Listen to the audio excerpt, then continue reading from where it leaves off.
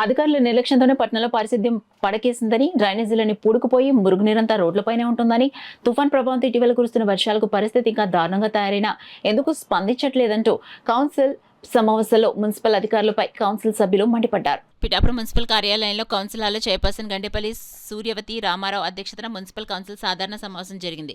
Incharge commissioner, ఇతర అధికారులు, council సభ్యులు హాజరయ్యారు. అజెండాలో ఉన్న 30 అంశాలపై సభ్యులు చర్చించారు. ఇందులో భాగంగా పట్టణంలో నెలకొన్న పారిశుద్ధ్య సమస్యలపైన, కుళాయి కనెక్షన్లు, రిపేర్ల కోసం తవ్వేసి వదిలేసిన గోతులపైన, వీధి లైట్ల నిర్వహణపైన కౌన్సిలర్లు సామరావతి లలిత, అల్లవరపు నగేష్, బోనుదేవ, ఇతర సభ్యులు అధికారులను ప్రశ్నించారు. వీటికి incharge commissioner, sanitary inspector Prabhakar, tap inspector Janardhan వివరణ ఇచ్చారు.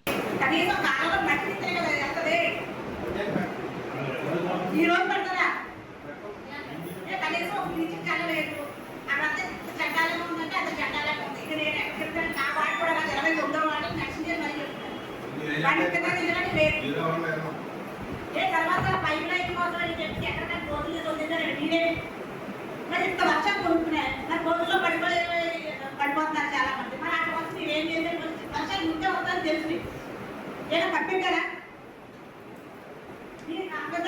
చెప్పండి, జాగ్రత్త 3 గోతులు పెట్టారు, ఇక్కడ పెట్టారు, అక్కడ పెట్టారు, గోతులు తీసి వదిలేశారు. చైర్మన్ గారితో చెప్పి ముందే చేసుకోవచ్చు. కౌన్సిలర్ కూడా అవసరాలు కూడా లేవు మీకు. అదే వర్క్ ఫాస్ట్ గా ఇవ్వాలి మీకు. ఎక్కడికక్కడ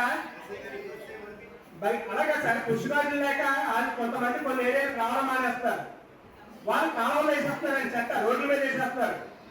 ఈ సైక్లోన్ కి మొత్తం రోడ్లన్నీ కూడా చెత్త పని అయిపోయిందండి పిఠాపురం. ఈ రోజు మీరు ఇన్ఛార్జ్ వచ్చినప్పుడు కూడా మిమ్మల్ని కలిసి చెప్పాడు, సార్ శానిటేషన్ మీద ప్రత్యేక దృష్టి పెట్టాలి, శానిటేషన్ చాలా ఇంపార్టెంట్ అండి. మనకి సరైన పనిముట్లు లేదు, వర్కర్స్ చాలా తక్కువ. ఆ వర్కర్స్ వర్కర్స్ కూడా మనం మెటీరియల్ ఇవ్వకపోతే వాళ్ళు ఏం చేస్తారు సార్? మనకి శానిటేషన్ సాయం సహకారం చాలా ధన్యవాదాలు నిజంతో దానం పెడుతున్నాను. కాకపోతే ఆక్రమణ వల్ల ఆ నీరు వెళ్ళకుండా నీరు ట్యాంక్ అయిపోయిందండి. చూసే స్వయంగా మోకాళ్ళు దయచేసి అలాంటి ఆక్రమణ అంటే ఈ కౌన్సిల్ సభాముఖంగా మా చైర్మన్ గారు తెలియబడుతున్నాం, ఎవరో అడ్డు రావండి, దయచేసి తొలగించారు సార్. ఏంటంటే దానివల్ల ప్రజలు ఇబ్బంది పడుతున్నారు. మీరు ఏమన్నారంటే మీరు అధికారులు చెప్తలేదేమో తీర్చలేదేమో అని అనుకుంటున్నారు. మేము అధికారులు చెప్తున్నాం.